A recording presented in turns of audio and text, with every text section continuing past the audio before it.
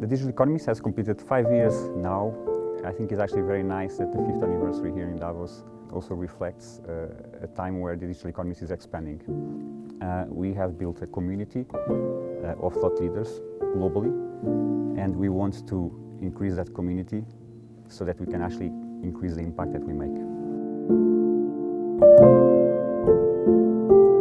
I'm José Carvalho. I'm someone that has been working traditionally in the corporate technology world up to 5 years ago, where I started doing more on the innovation, on creating new ideas, inspiration, trying to help businesses to adopt technology in a way that contributes to their strategy, but also redefines their strategy. And very recently, since early this year, I started working with the Digital Economist. I started running a work group for research, for creation of thought leadership around AI. And most recently as well, I started running the COE, the Center of Excellence of the Digital Economist, which delivers not only what I just said around research for AI, but also in other areas: sustainability, policy, governance, and also blockchain. In order to do that, we are actually looking into doing a few things. One is to add new topics, but also we keep exploring based on what we have as, I would say, knowledge capital within the Center of Excellence. We also want to look into new areas based on the strengths we have in our fellows. Our fellows typically join a fellowship program within the Digital Economist that takes 1 year. I say that it's 1 year, but it's actually Friends for Life, so I think it's kind of a very nice, across the globe and across different areas of business and technology, academia, and policy making as well. But as people join this experience, then create a network that actually is going to be tight, is going to be close for many years. We have worked on different things this year, so we have launched a lot of different papers, articles, policy briefs.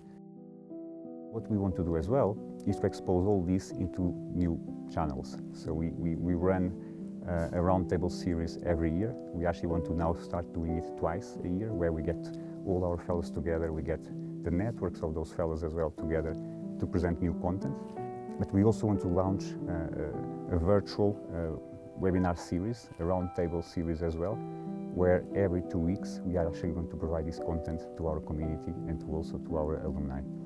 So I think a lot of things are happening in regards to, one, producing more, but two, which is even more important, expanding the reach of people being able to see what we are producing.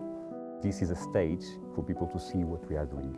It's not a stage for us to talk only about what we are going to do, but people can actually see with their eyes exactly what we are doing through panels, through sessions, through a lot of thought leadership being delivered by our fellows and the community. One thing that I would like to say in addition is around our corporate thought leadership. This is something that we are actually expanding beyond the fellowships that we have today, which we could kind of call it almost as individual. The corporate thought leadership is for us to help organizations, also for them to become thought leaders in a way. Either corporates can actually somehow come and work with us on a particular group. So for example, if an organization would be interested in specific areas of sustainability or specific areas of AI, we could create a working group to work with this corporate. Or a second opportunity that can happen, and it's not exclusive, both can happen together, is organizations having teams of thought leaders that could join us and be distributed in the different work groups and collaborate as fellows. Now, the importance of this is again to expand the reach, and expand the reach of a narrative that is a narrative to create human-centered approaches for the users of technology in order to create impact in the world. This year we brought a bigger delegation to Davos, and obviously celebrating the 5th anniversary with a big purpose. So the big purpose is to open up, to democratize access to Davos in one way. In the other way as well, to help building the narrative. We don't have the intention that our narrative is a narrative that just stands. It's a narrative that is built by our fellows, but also our community. By opening up this delegation as well, we create new synergies with people that are not working with us on a daily basis throughout the year, but maybe start now as well. Like this year we brought 20 fellows, which is our record. hopefully, is the biggest number ever. Hopefully the smallest number from then on. I think we always want to bring more people to give strength to that narrative. But the importance of it is really that, we want that narrative, the pitches we have, all the research that we produce throughout the year, uses the stages of Davos and other events in order to be seen.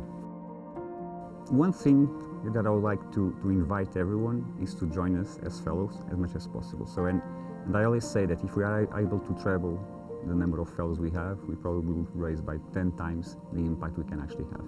And this is what we'd like to have. The reason for that impact is simple. We want to do, as I said before, a human-centered approach to the users of technology in order to resolve the world's biggest problems. But resolving the world's biggest problems is not easy. So we need a lot of people to help, we need a lot of commitment, and we need to get together in order to do so.